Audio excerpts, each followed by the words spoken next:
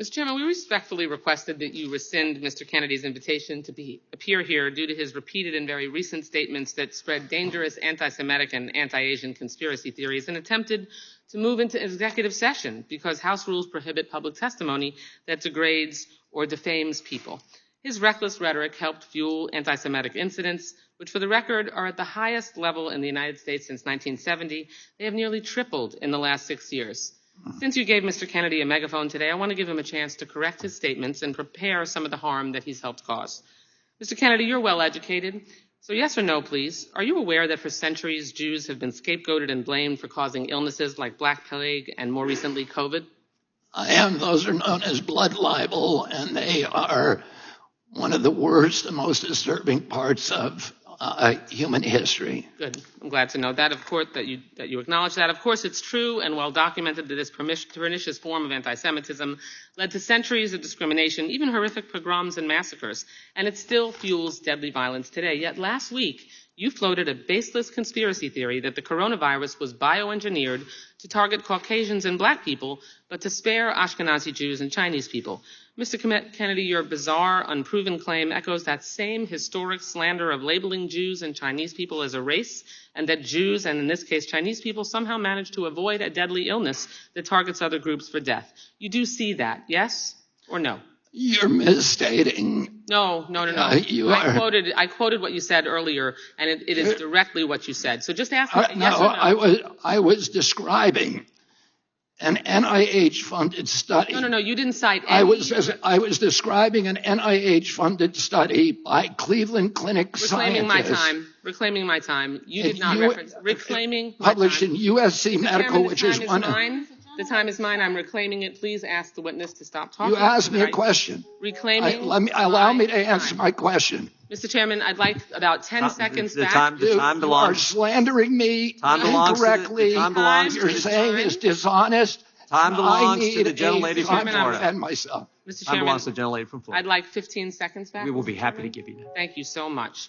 You did not cite any study like you are citing here now during that conversation. You referenced no study at all. You simply labeled Jews and Chinese people as a race, and you also said that somehow they managed to avoid a deadly illness that targets other groups for death. You don't see that? You're trying to rewrite history here. A few months ago, Mr. Kennedy, you compared COVID public health policies to barbaric murderous tactics of Nazi Germany, saying that Jewish people in Nazi Germany had more freedom than Americans facing COVID health restrictions.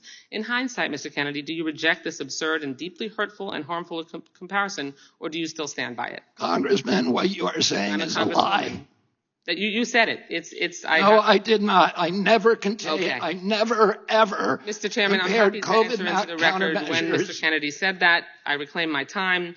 In discussing COVID public health measures, you made light of the genocide against Jewish people by saying, and I quote, even Hitler's Germany, you could cross the Alps to Switzerland, you could hide in an attic like Anne Frank did. Mr. Kennedy, do you think it was easy for Jewish people to escape systematic slaughter of Nazis, yes or no? Absolutely not. Okay, good. Mr. Kennedy, do you think it was just as hard to wear a mask during COVID as it was to hide under floorboards or false walls so you weren't murdered or dragged to a concentration camp? Yes or no? Excuse me? That's a question, yes or no? I didn't hear your question. Okay. I said, do you think it was just as hard to wear a mask during COVID as it was to hide under floorboards or false walls so you weren't murdered or dragged to a concentration camp? Of course not. That's ridiculous. But that's a comparison that you made. I did not make that comparison. Were the measures taken to contain the spread and fatalities related to COVID in any way at all comparable to the murder of 6 million Jews, yes or no? Absolutely not. Okay. Let's be very clear here. There's no legitimate comparison to the Holocaust. It doesn't matter if you're talking about AI, vaccine mandates, or anything else. There is no comparison. And if this were a slip of the tongue, Mr. Kennedy, or a one-off comment, we would all move on. But there's a deeply disturbing pattern. In 2015, you apologized to all those, quote, whom I offended by my use of the word Holocaust to describe the autism epidemic. When discussing efforts to encourage others to get vaccinated for COVID-19, you said Nazis did that in the camps in World War II. They tested vaccines on gypsies and Jews. That was a quote. Like before, you apologized for invoking the Holocaust, saying, quote, to the extent my remarks caused hurt, I am truly and deeply sorry. These are not real statements of contrition or remorse. They are passive-aggressive non-apologies that blame the listener for reacting to the lie you just spread. I'm deeply saddened that this is a conversation we're having today. I have deep respect for what Mr. Kennedy's family did and still does to make life better for all Americans. But what you are doing now, Mr. Kennedy, and the forces you aligned yourself are reckless, dangerous, and disturbing by echoing dangerous claims such as, quote, Jews don't really suffer as much as we do, which you said.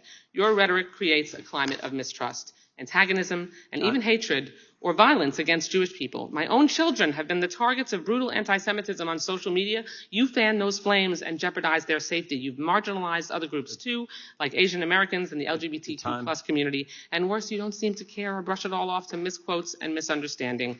Frankly, it's disgusting. Thank you for your indulgence, Mr. Chairman. I yield back the balance of my time. Mr. Chairman, I have unanimous consent The request. gentleman from Kentucky is recognized for UC. I ask unanimous consent to introduce into the record a study that Mr. Kennedy just referenced, new insights into genetic susceptibility of COVID-19.